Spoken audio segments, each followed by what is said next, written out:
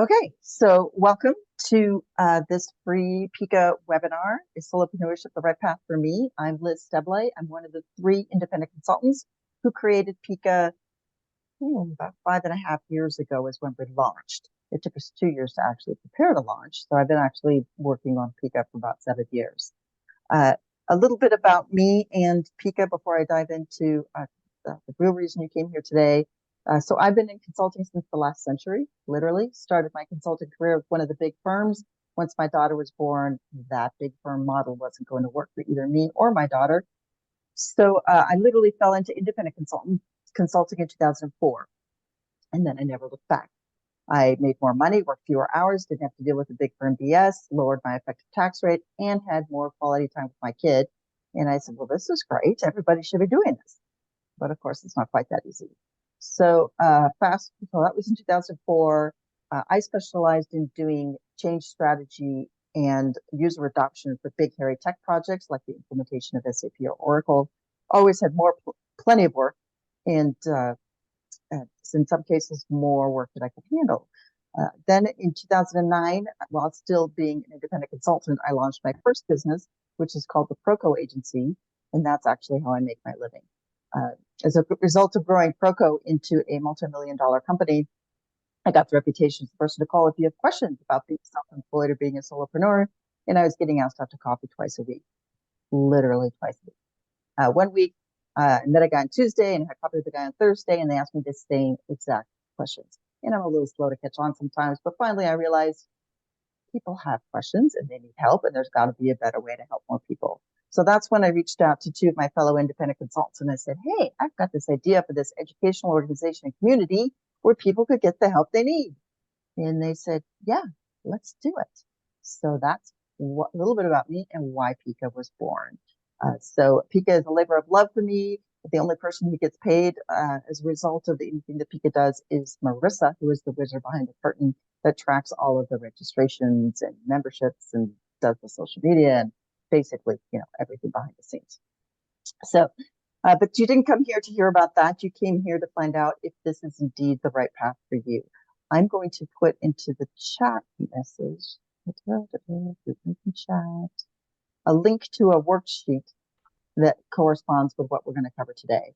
But it's called, just go to www.piccanetwork.org/worksheet, and you can download the top things to consider whether or not solopreneurship is the path for you. Before I dig into that content, though, like any good consultant, I have a housekeeping slide. As you know, this is being recorded. You're on mute, but you don't have to be. And please come off mute and ask me questions and interrupt me. It makes it so much more fun than me just talking to myself. So thank you for those of you that are on screen. And I run these things solo. So if you put something in the chat, chances are I'm not going to see it because I don't have enough screens and fingers. So literally just stop me and we'll just do it live. Also, at the end of this webinar, it will stop the recording and I can hang out for about another 10 minutes afterwards to answer whatever questions you might have at that point that you don't necessarily want as part of the recording. So with that, let's start with a quick intake on my part on what is your number one fear, uncertainty, or doubt about being self-employed. When you're self-employed, I call this the FUD monster. I always picture this little guy like in my ear saying, oh, you're not good enough. Oh, you can't do business development or whatever it is that he's telling me. So I've been self-employed now nearly 20 years. And every December, without fail, this FUD monster's in my ear and he says, your contracts aren't going to renew at the end of the year. Your business is going to fall off a cliff. You're going to starve. Happens every year in December. So I've learned how to tame this FUD monster. But when you're just starting out, he is bigger than life. Or maybe I should say they are bigger than life. If my daughter was listening, I would use the pronoun they. So quality of health insurance options. Yes, we will talk about that. Finding new work over time. Yes, it's important to keep it fresh. Anybody want to come off mute and mention one of their big FUDs? I'll come off mute. I think you probably nailed a few of them, which is like if you're going to do your own gig, it's just that level of certainty, right? You don't know when the you're on a project, but it's kind of keeping that constant flow of projects. So balancing doing the work and finding more work. Yeah, working Work. on your business, not just in your business, is the correct. Exactly. Yes. Yes, that's a tricky balance, and I do not have a slide on that, but I will tell you that the rule of thumb is that you should spend 20% of your time working on your business, not just in it. That would be 1 day a week or 8 hours if you're working a 40-hour week. I don't know very many solopreneurs who actually spend 8 hours a week working on their business, but when you're just starting out, it's going to be, the ratio is going to be a lot. That's helpful to have as a good ratio. So thank you. Yeah, you're welcome. See, look at that. 5 minutes in and they already provided some value. All right. So we're going to talk a lot about FUD. In fact, I have a book coming out in March called Succeeding as a Solopreneur. And the number one, it's called 6 tips, 6 keys, whatever. And the number one key is to overcome FUD and how to deal with FUD. So my goal actually in the next 45 minutes is to try to talk you out of being a solopreneur. I know it's a little counterintuitive because you would think, right, I run this organization called PICA or whatever, but I'm going to try to talk you out of it because it's the hardest job you will ever have. You have to push your boundaries. You have to do things you're not comfortable doing. You're going to have to put yourself out there or do business development or negotiate a rate or a contract. These are all things that as working professionals we probably haven't had to do before. So it can be scary, and it can be hard. It can be frustrating. So that's why I'm going to try to talk you out of it. If after the 45 minutes I have not yet talked you out of it and you're still think you want to go for it, then I'll spend the last 10, 15 minutes giving you some ideas for how to get started. And then, of course, how people can help at the very end. Okay, so with that, let's dive into the 10 top things to consider. So money management and cash flow and taxes is the number one hardest, biggest thing to consider. Not hardest, but biggest. There are clearly 2 parts of this, and they're interrelated. A slow and erratic cash flow is probably the hardest part about being self-employed, especially if you plan to work with large corporations. So the larger the company your target client is, the longer it takes to pay. It's counterintuitive, but it's the way it is. I've heard of independent consultants who work with startups, and they say, oh, by the way, here's my invoice. And they'll say, wait a minute, let me grab the checkbook. I mean, literally, I've heard of people getting paid on the spot. My other company, Proco, does business with Fortune 500 companies. We once had a contract come and they wanted their payment terms to be 120 days. That's like 5 months. Like, no, that's not acceptable. This is like a $10 billion company and they want to draw out our payment terms 120 days. So anyway, that's something you have to consider. Depends on the type of work you do and who your target client is. But at best, payment terms with most companies are going to be at best 30 days, typically around 45 to 60 days. So basically this means if you do work in January and you submit an invoice on February 1, you won't see any money until April at the earliest. So you have to have a way to cover your cash flow, right? You need to have a safety net so that while it takes time for your invoices to get paid, that you can still pay your bills and make a living. I have a picture of the Richter scale here because when I was a self-employed consultant, my income ranged from $5,000 a month to $24,000 a month. Obviously, $24,000 a month is a decent living, but you can't live as a single mom in San Francisco on $5,000 a month. Just not possible. So my cash flow literally was like a Richter scale, but the type of work that I did, and I had done it for so many years, I could look at a project timeline for the next 9 to 10, 12 months, and I would know where my peaks and valleys were going to be. But I always had sort of this working capital fund to help me through those lean months where I got paid $5,000. I have a tip about that, and it kind of ties to taxes. So the first year I was a self-employed consultant, I had to pay my quarterly taxes and I was caught short. I'm like, oh, shoot, I got to pay quarterly taxes. I need to come up with whatever it was, $18,000. I didn't have $18,000. Didn't even have that in my slush fund. So anyway, I don't know what I did, borrowed from my brother or whatever, but I vowed that I was never going to get caught short again. So what I started doing was I took 40% of every paid invoice and I put it into a separate bank, not a separate bank account.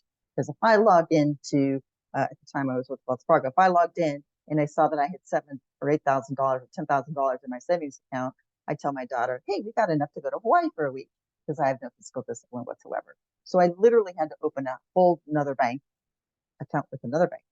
Then when it was time to pay my quarterly taxes, I had the money there. And I would transfer the money to my checking account, pay my quarterly taxes. Then when it came time to do my annual taxes in April, there would be anywhere from usually $25,000 left over in this secret bank account. That's what went into my self-employed IRA, my SEP IRA, or solo 401k, whatever, and lowered my effective tax rate. Right? Because if I put in $25,000 into my retirement, it's not counted as my taxable income. That money goes tax deferred. I invested it in tech stocks, and lo and behold, I no longer need to save for retirement. Of course, timing had a lot to do with that with the market. But my point is, don't get caught short with tax problems, right? Either use my trick where you hide money from yourself, or you have you have a big slush fund and you have more fiscal discipline than I do. But you need to be organized to be able to, have the money available and make those payments. You do not want to be late on any of those tax payments. Before I go to the next item, any questions here on cash flow and or taxes? Not about this per se, but will we get these afterwards, or? Yes, you'll definitely get all the slides, links to anything that I reference, anything we like comes up off the top of my head, I'll add it to the email. And Marissa will probably get the slides recording and email out by end of day tomorrow. So it just takes her a day to flip all that stuff around. Sorry, I should have done that on the housekeeping slide. All right, next thing to consider is dealing with uncertainty. Depending on your area of expertise and or your price point, or where you are in the country even, you may always have plenty of work, or you may have to go a few months between projects. Hence my previous slide about cash flow. But you need to be honest with yourself if you can deal with that kind of uncertainty of not knowing where your next project or payment is going to come from. For years, I tried to talk a consultant friend of mine into independent consulting. So she had been under a consultant with Accenture. I think actually at the time it was even Arthur Anderson, but okay. So she had been a Big Four consultant, and I had worked with her on a project. And so I started as an independent consultant in 2004. We'd get together for, lunch or go to a movie or whatever. And I'd say, oh, Benita, I'm telling you, being self-employed is the best thing. You don't have to travel. You don't have to deal with the big firm BS. I'm making way more money than I did when I was with the firm. I'm telling you, this is the best thing. Finally, after about 2 years, she tilted her head. She said, Liz, I appreciate it that you're making this work for you, and that you really would like to see me take advantage of that too. But I wouldn't be able to live with myself. I would freak out not knowing how I was going to pay the mortgage every month. And she said, there's no way I can do it. So you need to think if you're like Benita, that just you deal with that sort of stress or uncertainty, or if you're more like me and I just sort of trust, like, yeah, I'm going to hustle, I can make it happen, I can figure it out. And I have that big slush fund operating with operating money that can get me through the lean times. But there's another angle to this dealing with uncertainty part too. It's not just about the finding the clients or the existing cash flow, but I think it was a year ago this summer, I was about to lead this workshop, this very webinar. And I came downstairs in the morning and turned on my computer, no internet. I'm like, all right. So, I tried to the other end of the house, reboot it, whatever, come back to my office, still no internet. I'm like, now I'm starting to freak out. I'm like, what the hell? Okay, long story short, router had died. I had no time to go to Best Buy, get a new one and fiddle with it and put it all in, whatever. So I jump on my phone. I'm like, okay, free Wi-Fi near me. There's a coffee shop half a mile away. I pick up my laptop, go to the coffee shop, sit outside and lead this webinar outside from the patio of the coffee shop. That's uncertainty, that's stress. And if you're not the type of person that can deal with that sort of, curveball coming at you at a moment's notice, this might not be the right career path for you because there is no support team, right? I couldn't just call the help desk or the IT guy and like, you got to fix this. It's always on you. So that's another thing to consider when it comes to dealing with uncertainty is, that stress, freak out thing. All right, but let's talk about the third thing to consider. Like I used to tell my teenage daughter, just because you can do something doesn't mean that you should. A lot of consulting boils down to managing expectations, being an exceptional listener, and contracting effectively, which means clarifying the scope of work in advance and estimating the level of effort and being able to say no when you need to. As consultants or solopreneurs, whether you're a coach or financial planner or advisor, whatever, you, we all want to serve our clients. And sometimes we think that means saying yes to whatever it is that they're asking us to do next. But actually, it's a skill and it takes practice to be able to say, gee, I'd love to help, but that wasn't what we scoped out in this contract. It's going to take a significant amount of extra effort on my part. Should we set up a separate conversation and talk about maybe what it would take and what the additional fees might be? So part of that's emotional intelligence, right? Being able to not just automatically say yes, to slow down your brain, and to be able to have this kind of a candid conversation.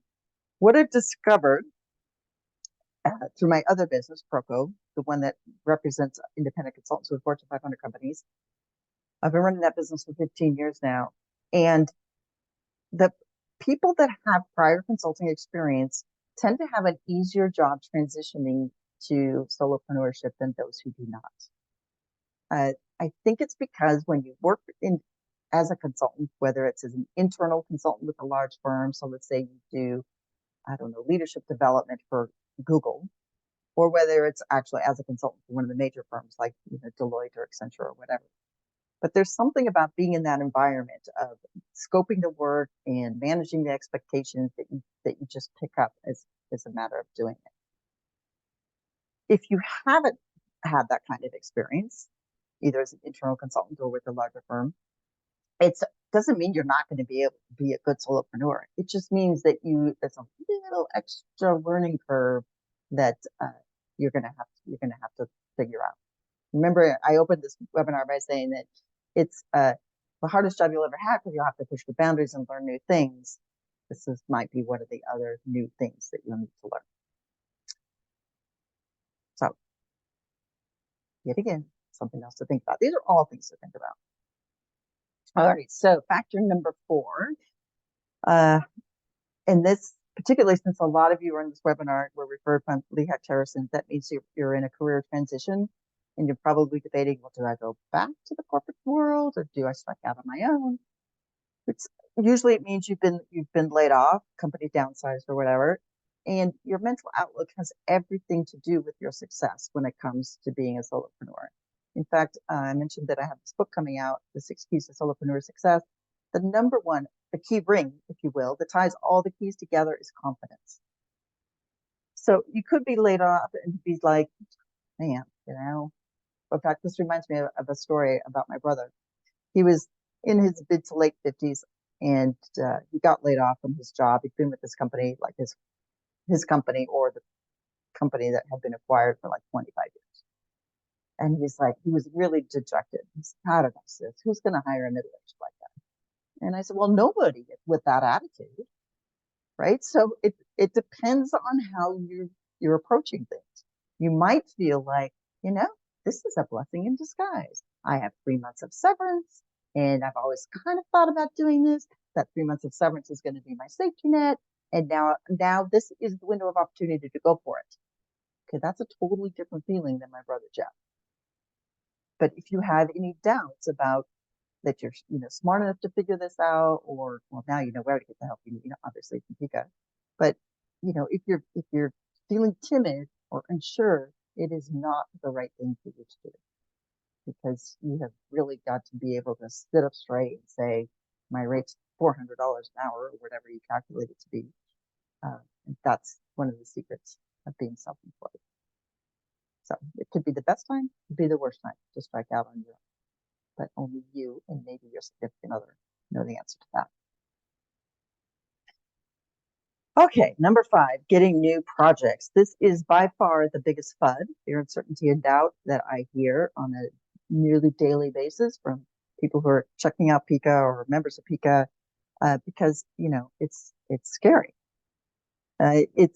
This is the one area where most of us don't have much experience. I mean, I even have PICA members who are experts in sales operations, customer experience, sales strategies, but they're still not comfortable doing their own business development.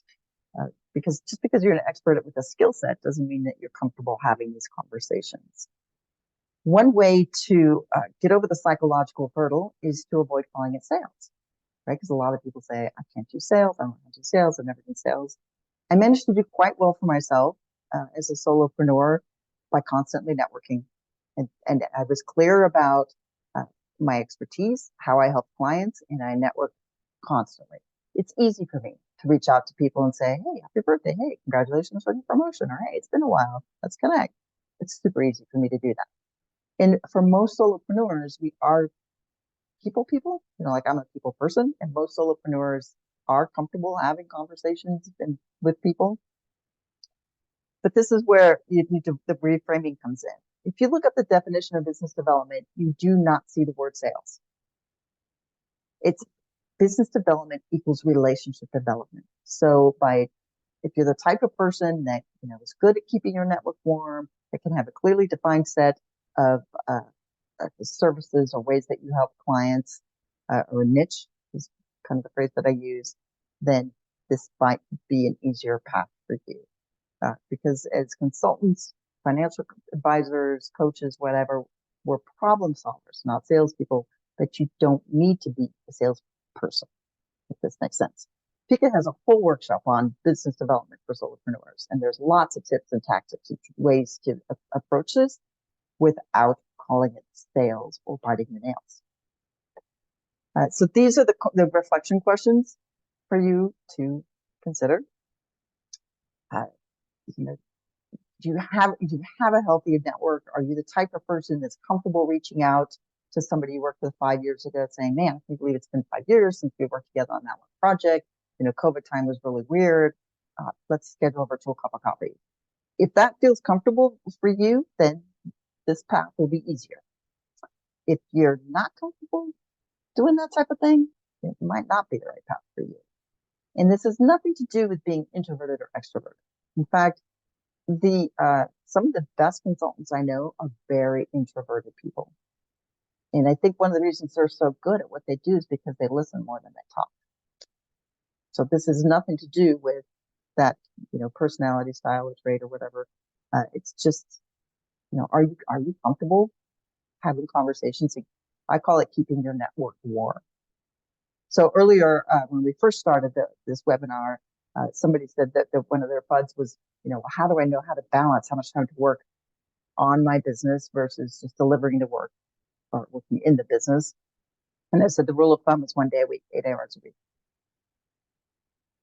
Frankly, if you spend even 1 hour a week, dedicated hour, just doing what I call outreach, I mean, to this day, even though I run a multi-million-dollar company, I've never done sales or business development, but I do outreach for an hour every week. So even if you set aside an hour and do it religiously, an hour every week, you'll be way far ahead of the curve than any other solopreneurs out there. That said, it does take time to build momentum. It takes time to get your branding together, to get your pricing together, all of the foundational tasks of setting up your business, all that stuff, which is really what PICA excels at, is helping you through all of that. But even if you have all of your ducks in a row and you launch your business today, you might not get your first client for 3 months. And then as we discussed, the payment terms could be even longer. So it could be 6 months. And it's different for every person. I've seen some people leave their corporate job and have a client the next week.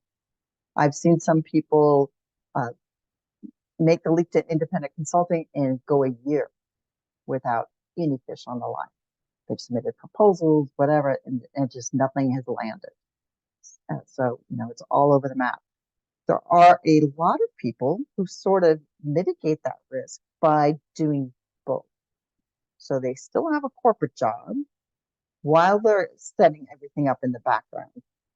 They're positioning their LinkedIn profile for them to be more of a thought leader or an expert in the space, or they start a blog or whatever. While they're still doing their corporate job, they're actually ramping up awareness and everything they need to do in the background for their own solopreneur business. So there's one's ramping down, one's ramping up, and it kind of makes that transition a little easier. But so many of you on this webinar from Lehigh Harrison, again, that severance pay can really make the difference. Actually, when I fell into independent consulting, now that I think about it, I was laid off. I'd left the big firm. I'd gone into internal at Levi Strauss in San Francisco. Year and a half later, I got laid off from Levi Strauss. I was a client of Lehigh Harrison. That's now I remember. That's how all this ties together. But anyway, I digress. Okay, number 6 on my list of top 10 things to consider is supply and demand. And here's my cheesy comment. Don't just roll the dice and hope for the best, but try to get a sense for what the market's like for your skills, expertise, the types of problems that you've solved. The easiest way to do this is let me just give you 2 different examples. So let's say that you're really good at, you love doing this, is planning and facilitating leadership offsites or national sales meetings or something like that. Most companies can't afford someone to keep someone on staff full time to do this type of work. So it's something that they'll frequently outsource. So that's good, right? There could be a lot of demand for these skills. On the other hand, there could be a lot of people that do what you do in your geographical area or within that industry. So there could be a lot of supply. Another example would be executive coaching. So there are literally thousands of coaches in any given metropolitan area. So yes, there might be some demand, but there's a lot of supply. How are you going to stand out? So that's a different problem. So how can you gauge this? One way would be to pretend to be a client that wants to hire someone like you and start doing some internet research. So how to find leadership development consultant in San Francisco Bay Area and see what comes up. Or jump onto one of the online platforms and pretend to be a client looking for somebody. The biggest online platform for matching consultants with projects for clients is Catalent. That's CATALANT. It's all A's. You can pretend to be a client who wants to hire somebody like you and see how many people are in the database that are available to do that kind of work. Same thing, LinkedIn has a new, feature area service called LinkedIn Services Marketplace.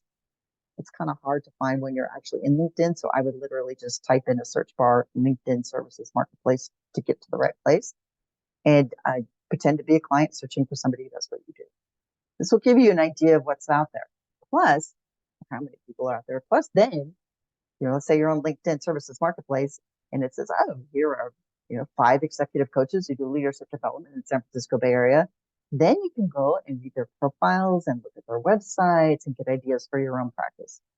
You don't have to invent anything from scratch. Another way to sort of gauge supply and demand is to reach out to, anywhere from 3 to 5 people who are in a position to hire someone like you. And ask them, hey, I'm thinking about stepping out on your own. Well, actually, let me back up. So I sort of call this the flattery approach.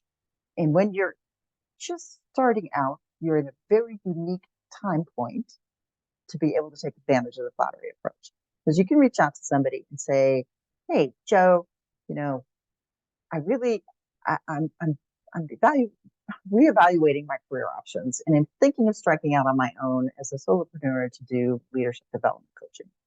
I really value your input and perspective on this. Would you be up for a 15-minute virtual cup of tea or whatever? Nearly always the person says yes because it's flattering to be asked for your advice and perspective. And then you're not committing to actually taking the leap. You're literally just asking for their ideas. You know, do you think that this is really one of my sweet spots? Am I reading my skill set wrong? Is this something you or your company hires external people to do? And if so, what type of people, how do you find those people?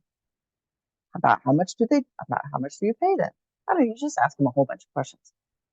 Not only are you going to get useful information for your own positioning and or whether or not this is the right path for you, but pulling a page out of my change management playbook, going back 25 years, when people are asked for their input into a solution, they're more likely to support that solution. So let's say you have this conversation with Joe Smith and he gives you some ideas. And you're like, oh, yeah, it's been great to catch up. Thanks. I'm still not committing whether or not I'm going to do this, but I really appreciate you taking the time to do this. Then 3 or 4 months later, when you launch your business, you go back to Joe and you're like, guess what, Joe?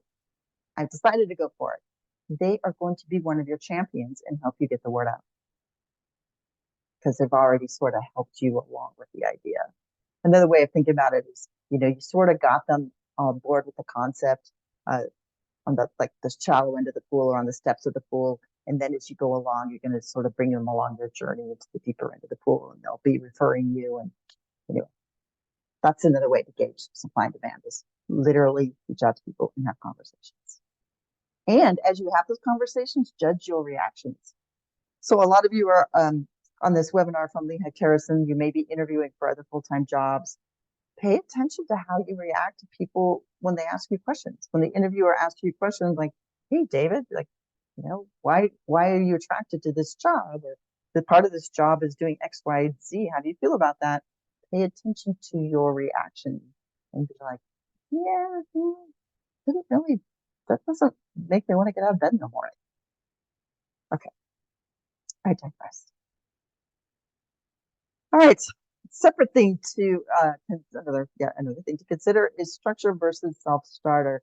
I swapped this slide out at one point last year for this slide because I've seen super smart, highly accomplished people go back to a full-time job after just 6 or 9 months of being self-employed because they lacked the focus and discipline to properly set up and launch their business. There's one case in particular. So 3 times a year, I run a boot camp. It's called the Getting Started Boot Camp. Runs for 8 weeks, 11 sessions. And I had this guy in my boot camp and super, super bright guy, 25 years working in Silicon Valley, et cetera. Had a very unique niche or area of expertise. So much so that I actually had to Google, what does this mean? Or what does this person do? Because I didn't understand it. But I'll call him Joe. Joe suffered from the shiny object syndrome. He, so in the boot camp, there's very structured homework and every 2 weeks we meet as a cohort and we check in with each other. And so we're like, so how'd you do with, filing your organizational paperwork? And did you get your domain set up and blah, blah, blah. And he always had some excuse. Oh, I started doing that, but then I ended up working on my other website for my real estate investment properties. Or, he always had some excuse for why he couldn't work his way through the very deliberate homework and structure of the boot camp. And the other thing that we discovered is that when he went back to his full-time corporate job, and I checked in with him 6, 8 months later, he really liked and or needed the structure and rhythm of corporate life. He liked having the weekly team meetings. He liked having to check in with his bosses. He liked the quarterly business review stuff. He just sort of needed that structure. So you're the only person that can answer this for you. But save yourself some agony and grief and expense. And don't be like Joe. Try to figure it out in advance. Don't dedicate 6 months to trying to launch your own solopreneur business or independent consulting business, only to know that, kind of miss having the camaraderie of a team or leading a team or whatever it is. Try to avoid yourself some grief. And one of you did mention this as one of your fear, uncertainty, and doubts, and it's often an elephant in the room. And so let's unpack this a little bit.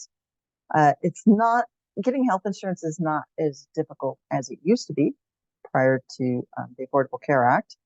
Like when I fell into independent consulting in 2004, I was able to go on COBRA, even though it was more expensive than what I had been paying, because I had to pay the employer's share of the insurance and my share of the insurance.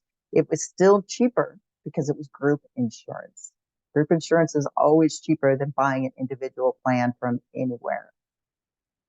Well, okay, I misspoke. It's not always cheaper, but 95% of the time, it's cheaper to stay on COBRA if you can. So if it were me, I would just not even bother doing all the research and comparison shopping. I would just stay on COBRA as long as possible. Then to get your own health insurance, my single biggest piece of advice is to work with a health broker. A health insurance broker, you don't pay them. They're paid by the insurance companies. And I tell you, there are multiple times that a broker has really made a huge difference for me. So back when I was starting out, because my COBRA ran out, if I built an independent consulting in 2004, by 2006 or 2005, let's say, COBRA was running out, so I had to get insurance. So I worked with this broker and I said, okay, I'm self-employed, I'm going to need a family plan, and I can tolerate a high deductible. I would like it to be HSA compatible so I can put money into my HSA, lower my effective tax rate. And he said, well, how many kids do you have? I said, well, I have one. He said, it's just you? I said, correct, I'm divorced. He said, well, that's only 2 people. Family plans are intended for 4 people. So if I were in your shoes, what I would do is I'd get a separate plan for you and a separate plan for your daughter, and you'll come out ahead. And he was right. Saved a ton of money that way. And so for years, my daughter had literally her own insurance plan. So the broker is worth her weight in gold. Then when I moved to Nevada 4 years ago, I found a different broker because, of course, California insurance wouldn't work here. And then that was great. But then she followed up with me last January. She said, Liz, did you renew that plan? I said, yeah, who's got time to read an 11-page, 8-font newsletter? I'm like, I just renewed it.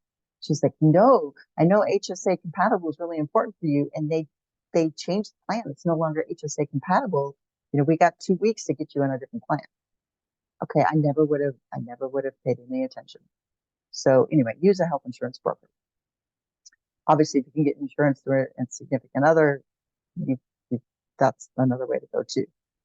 But one of the secrets to success of solopreneurship is the rate that you charge, right? You have to charge enough money so that you can pay for your own health insurance and all of your other business expenses, right? Your business insurance and everything else. But this is expensive. So I'll just tell you now, I live in Nevada. I'm in my late 50s.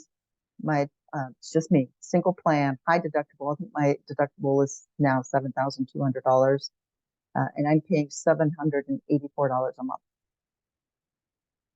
I have heard of some people who can insure both themselves and their spouse for about $1,100 a month, $1,200 a month. It's still expensive, so that's why you have to charge significant rates. PICA has a whole separate workshop on billing rates and pricing strategies. But that's the single biggest mistake I see people make when they jump into solopreneurship is they don't charge enough. So this is one of the reasons why you have to charge higher rates than you think you might. But there's the hidden cost too, or the hidden benefit is paid time off, and that vacations are twice as expensive because you have the opportunity cost of not working that week and you have to pay for the vacation. Now, that was never a factor for me because I work my butt off so I can afford really nice vacations. And so that wasn't a factor for me, but it can be. And it's something that probably nobody tells you. When you're self-employed, they're twice as expensive. I'm going to take a sip of tea because I've been rambling on. I'm giving you a chance, guys, to ask any questions so far. So before I go to the last 2 considerations, please ask me a question about them.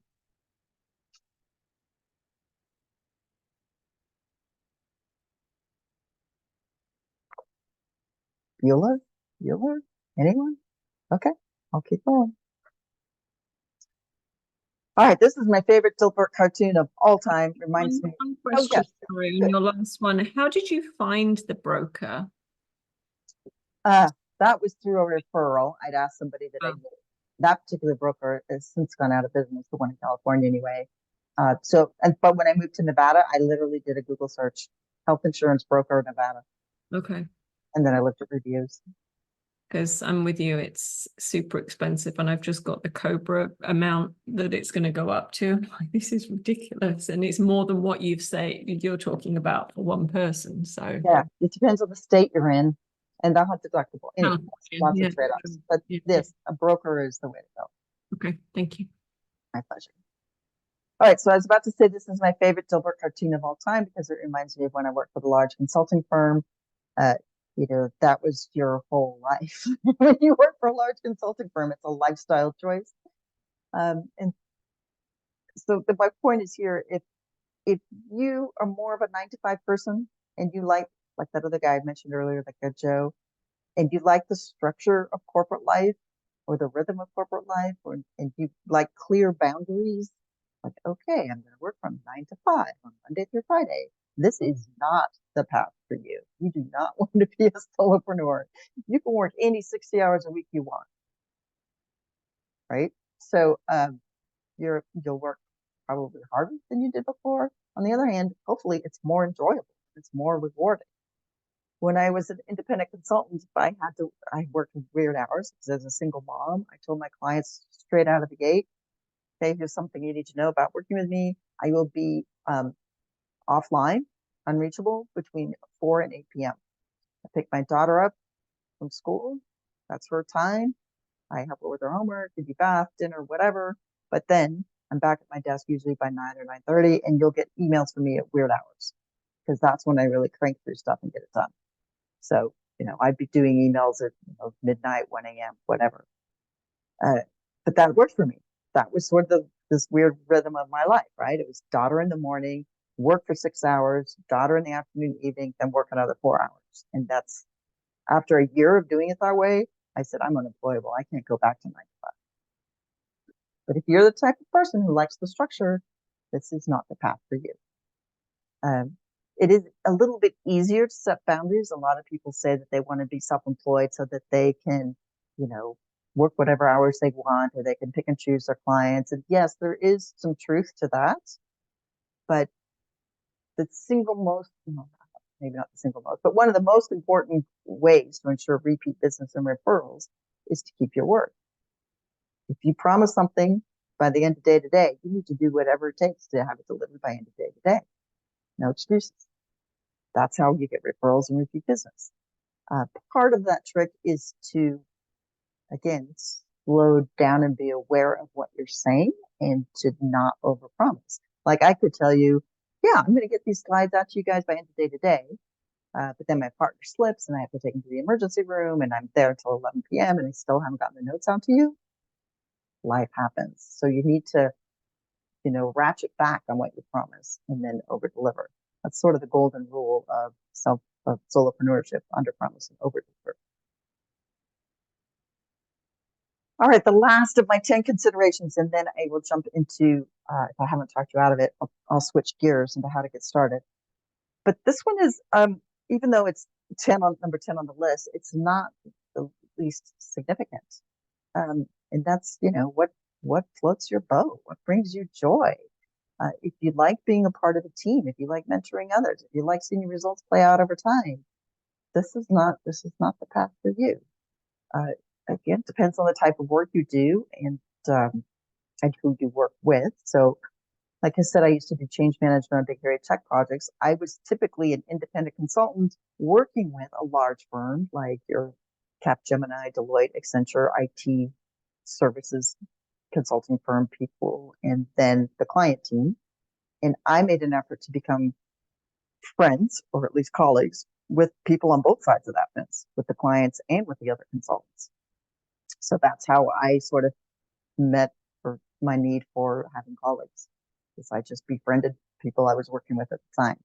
If you're an executive coach, it's going to be a lot harder, right? Because you're dealing with people one-on-one and you don't really want to blur that line of being coach into friend or colleague. Anyway, more things for you to consider.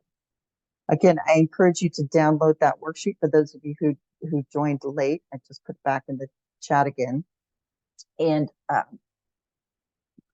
talk it through with your significant other, because it's hard, and you need to make sure you're going in with your eyes open if you do decide to do this path.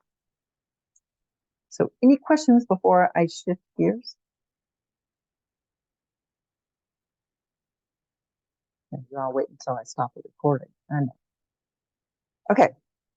Is the way I can test the waters? Like, do I have to fully commit and set up my LLC and make a website and incorporate my business and do all of that stuff? Can I maybe try it out? The answer is yes, you can maybe try it out without fully committing.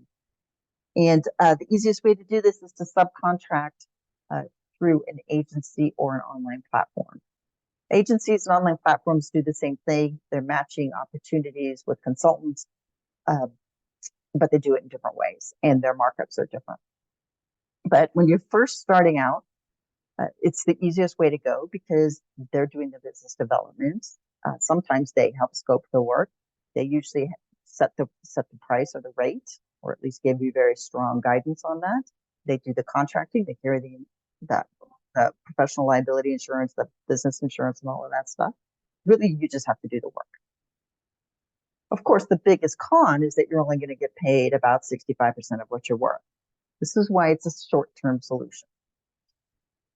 In fact, on PICA's website, anyway, all over the place, I've actually trademarked the phrase, friends don't let friends W-2. Because there's two ways to be paid in this country. One is on a W-2, like an employee or a temp worker, and the other is on 1099 business-to-business basis or as an independent contractor. If you plan to make at least $100,000 a year, you want to be paid on a 1099 basis. Take your business owner tax deductions, contribute towards your own retirement, lower your effective tax rate. That's how the magic works for building wealth when you're self-employed. But if you're subcontracted through an agency and they're taking 35%, it's hard to say. It's hard to do all that, and most of them will pay you on a W-2 basis. That said, earlier I said it takes a while to build the momentum, to get your first client, to get your cash flow going, to get all your ducks in a row with setting up your business and your branding and all that stuff. So this is a good option when you're just starting out. I meant to update the slide. This is a good place to start. I know people who have worked through all of these companies. When you get these slides, these names are all hyperlinked to their websites. I will update it, however, before I send it out. I'm going to delete Patina Solutions because Patina, for two reasons. One, Patina was bought by Korn Ferry, and two, they used to actually have markups of 50%, which is highway robbery, right? So if they're billing the client $300 an hour, they're paying you $150. That's just insanely too much. Anyway, I'm taking them off the slide. That's it. I know people who have billed through RGP and particularly Business Talent Group. Depends on the type of work you do, but I have good things about both of those. I think there's a slide in the appendix that talks about questions for evaluating an agency. And so if you are going to pursue this option, check out those slides. Again, the online platforms do the same thing, matching you to clients. There is a greater likelihood you can be paid on a 1099 basis, and their agency fees are less,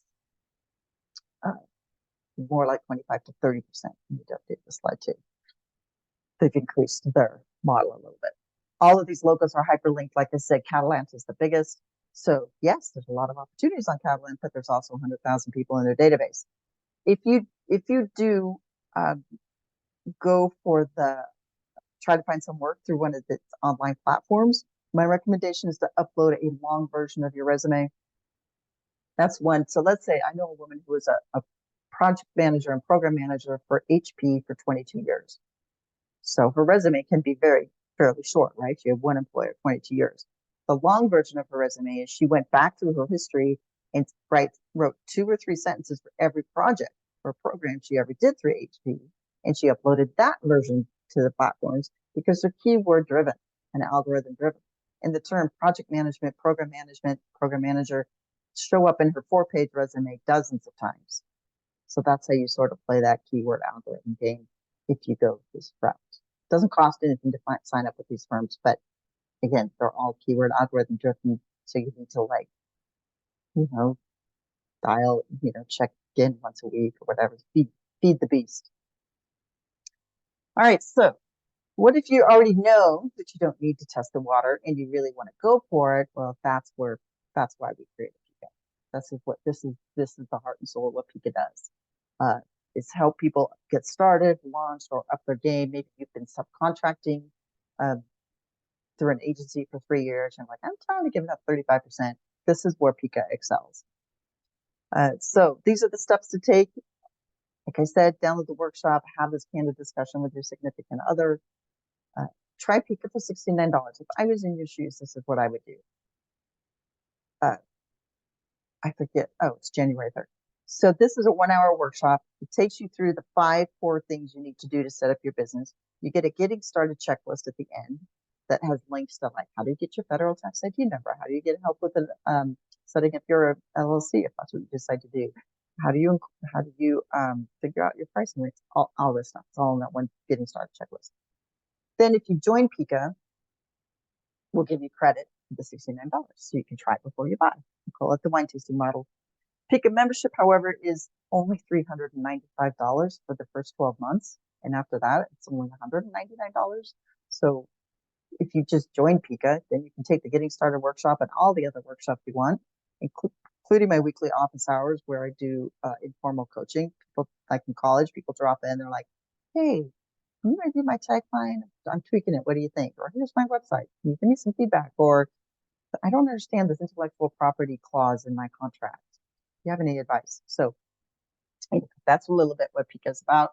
One thing I do want to mention while I still have some wind left in my sails, because I've been talking so much, is about the Solo Consulting Bootcamp. I did mention it earlier. The next one kicks off on January 5, and there are only 7 spots. I think maybe even 6 spots available. There's only 8 in a class. It's 11 sessions over 8 weeks. And if you really want to go for it, that's the thing to do. You can work through all the materials on your own. They're all on PICA's websites or they come out in other PICA workshops or whatever. But by doing it with the boot camp, you're with a cohort. There's homework, keep you on track, or kick your butt. That's why it's called boot camp. And by the end of the 8 weeks, most people are launched, and some even have their first client. I don't make any promises, but it's really fun for me to coach people and push them out of the nest and see their businesses take flight. But it is more expensive. So anyway, how frequently do you run those boot camps? I do them 3 times a year. I do one in January, usually one in the spring. So one that will kick off around, I don't know, March or April, but we try to be done by June, right? And then I do one in the fall. Okay, thank you. I will tell you that with the book coming out in February, it's being published in partnership with Inc. magazine, so I expect things to really take off. I might increase the price of the boot camp after the book is released. Okay, so I am going to stop the recording, and so we can have a casual conversation about any questions you have about solopreneurship. And of course, check out PICA. You're all on the mailing list now, by the way, so you can always unsubscribe. But all right, I'll just stop talking and I'll stop the recording. Thanks for joining live today, and let's find that button and stop the recording.